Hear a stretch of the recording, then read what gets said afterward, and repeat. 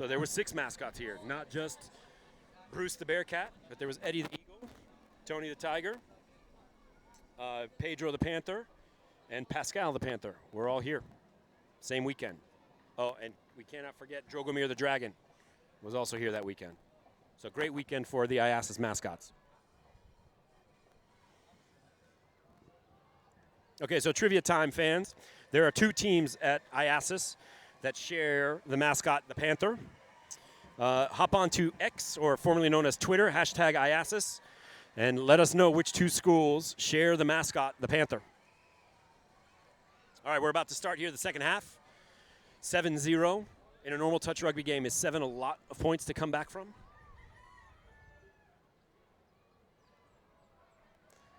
Undoubtedly. So Dragons pushing forward, trying to get the Bearcats to draw out.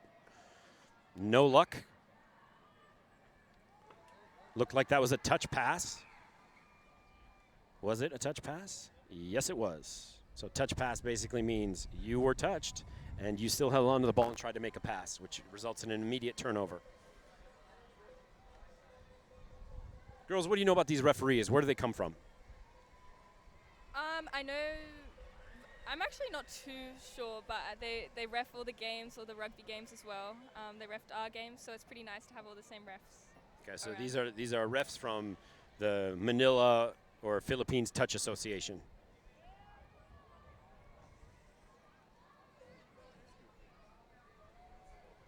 All right, so here come the Dragons once again. We're in the second half, so the Dragons are moving from right to left on your screen, trying to exploit the space behind the Bearcats.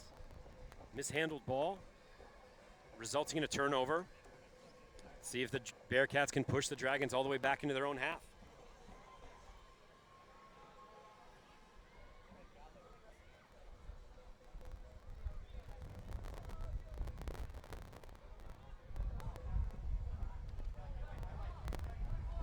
So here's a great play by the Bearcats. They have an overload on the left side. See if they can offload the ball. Oh no, it's behind her. The referee says she was touched. Back to the 7-meter line. Oh, it's a Dragon ball, so that's a turnover for Jakarta. So Dragons bringing the ball all the way here to the left sideline, likely to execute some substitutes.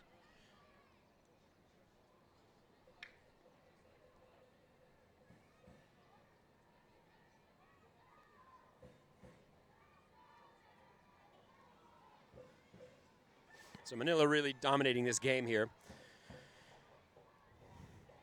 Executing the 3-person kind of waterfall really effectively. Ball back to the 7-meter line, 2 touches down.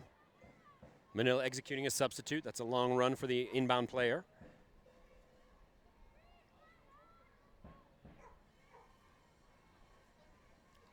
Neighborhood wildlife loving the game. Dogs and chickens all around.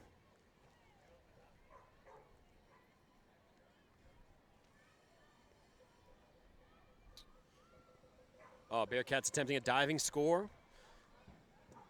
Dragons say they touched her.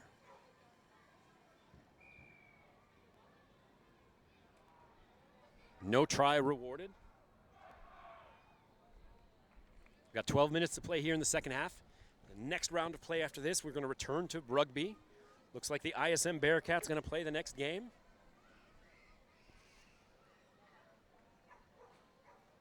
Meanwhile, the Dragons' defense holds the line effectively.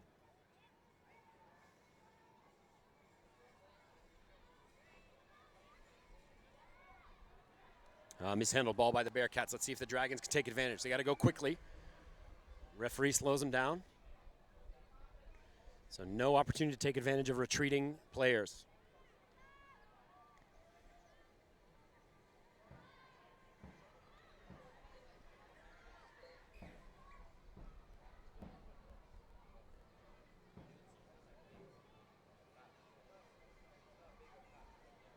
So there's an overload on the bottom of your screen here. There's a lot of Dragons and not a lot of Bearcat defenders. See if the Dragons can take advantage of it. Number 25 for the Dragons, kind of obstructing and in the way. Drop ball. Mishandled as a result of the touch.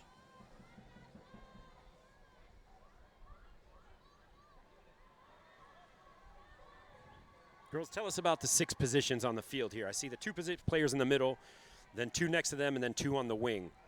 So you have 2 middles, which mainly control the drive, which is really important in the play. And then you have your links. So when the middles are back trying to get offside, the links will come up and try and touch the opposing team, and the wings on the outskirts of the team count the tries and are really important when it gets shifted to the right or to the left to try and make those runs. So what are the characteristic skill sets that an optimal outside would have? Sorry, what was the question? Like an outside player, if they're to be like an awesome outside player, is speed more important or is like endurance more important? I think endurance is really important as well. I think both of them have a lot of input in the game, but it really depends what type of position you play. Like wing, it's important to be really fast. Same with mid, I think, because of those drives. If you want to take advantage of the drive to get the try, it's really important to be fast.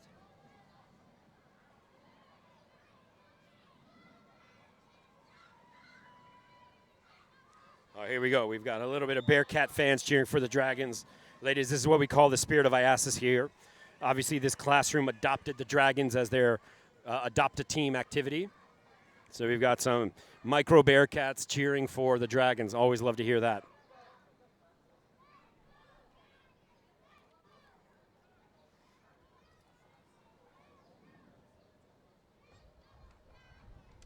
All right, so here come the Bearcats. They're coming up kind of in the middle of the field, looking to exploit the over match on the left side. Now back to the middle.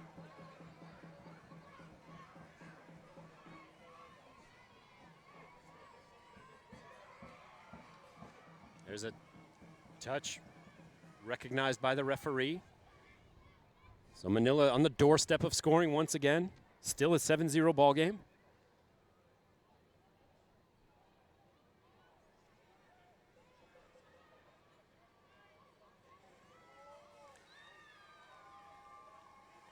Referee rewards another try for the Bearcats. So that's number 33. Feel like we've said her name before. Who is 33? 33 is Genevieve from grade 11. Genevieve, grade 11. Great try by Genevieve. Shout out to all the juniors here at ISM. 1 year away from school being yours. Actually, 4 months away from the school being yours.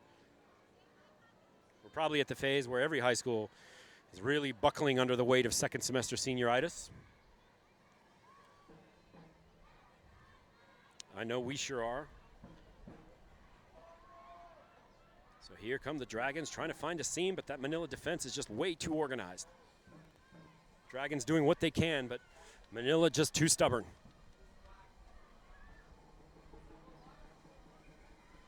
So that's 6 touches. Dragons get no joy inside the 7-meter line. And Manila about to start up themselves.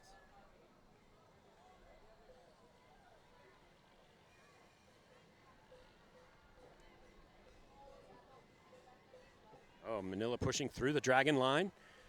There's an excellent drive here, 3-person drive.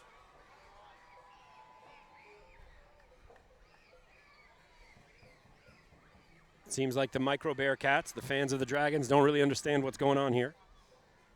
They're cheering their hearts out, which is lovely, but they've got to understand that their team has their literal backs against the wall. And there's another try for the Bearcats. Great use of the wing play. We have a 9-0 ball game with 6 minutes to play. Once again, we hear from the wildlife in the neighborhood. They're supportive of the 9-0 lead.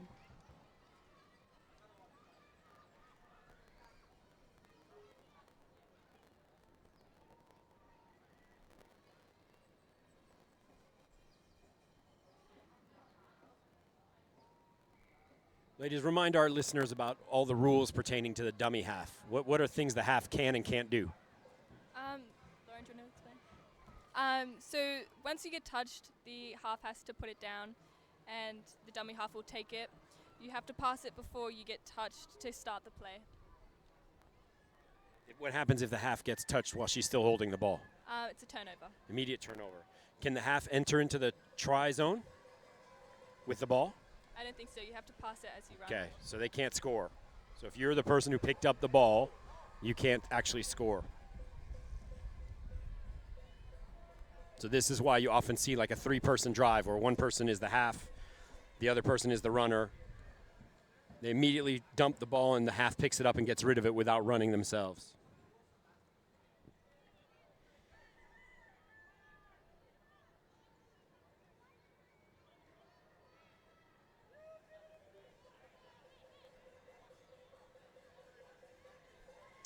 Well defended by the Dragons here.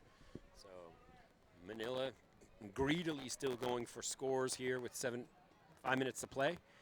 But Dragons still defending furiously as best they can. Great effort, great persistence by the Dragons. Unfortunately, the Bearcat wave is too much for them. So what do we know here about the Dragons, girls? Who are their seniors? A lot of the team is seniors, probably about eight of them. So team dominated by seniors. There's Clara, Maggie, Elise, Aisha, Sydney, Bianca, Depidi, Maniso, and May. Oh, mishandled by the Bearcats. So the Dragons seniors here at their last IASAS of their touch rugby careers. Have 5 more games after this one to kind of maximize their enjoyment of the IASAS experience. Mr. Pekin, the incredible tournament organizer here, always says that he dedicates every IASAS event he organizes to the outbound seniors just to ensure that they have a great memory. So let's see what the Dragon senior team can put together.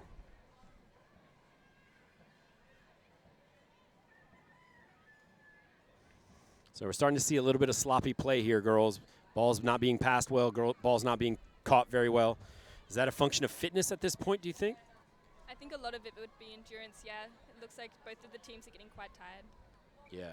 The end-to-end nature of this game would mean that the last 3 minutes of any match would be tiring and fatiguing. And so natural that play becomes a little bit sloppy towards the end.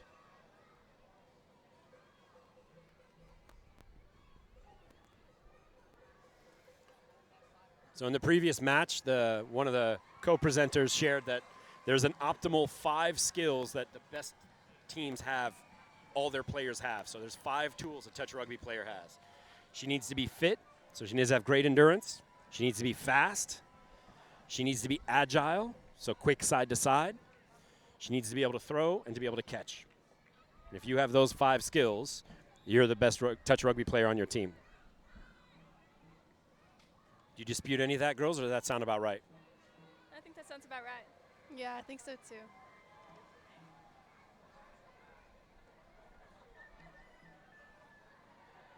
All right, so both of you are relatively new to ISM and to IASAS. Did you have touch rugby at your old schools? My school was a lot different to this school, but we had sports, but it mainly dominated in basketball. Okay, so priority for a certain sport. Yeah. What about you? Yeah, same for me. My old school didn't have touch rugby or rugby. Okay. We mostly had football, basketball, and track. And Got it. Got it. All right, well, here come the Bearcats, folks. We only have 2 minutes to play. We have a 10-0 ball game. Really, it'd be a huge miracle if the Dragons came back and were able to even this game up. But for now, right, the Dragons are playing for pride and playing for honor and playing for kind of love of their teammates, which is probably the best reason to play. So they're still furiously defending, doing everything they can to keep the Bearcats out of the try zone. But the Bearcats' persistence and organization is just too much for the Dragons.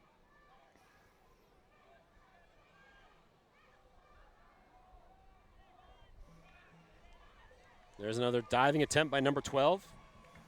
She was touched. So back go the Bearcats to the 7-meter line.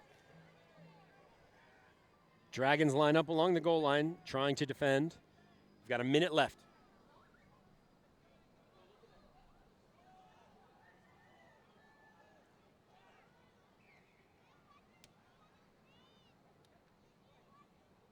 Okay, referee says one of the defenders was offside, so that means the Bearcats get 6 new attempts.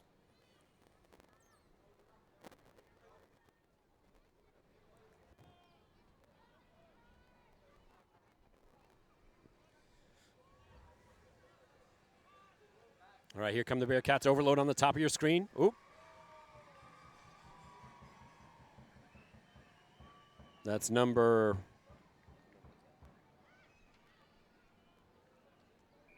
That was number 11. Number 11. She was touched just before she dove across.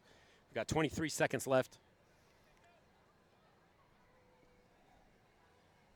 Oh, and he does reward the try after all. So we have an 11-0 ball game. JIS Dragons still running on and off the field, showing great courage, great heart. But as I said, the tidal wave of organization and fitness shown by the Bearcats was a bit too much for the Dragons today. Both teams can leave the field with their head held high. Great spirit, great commitment, great effort.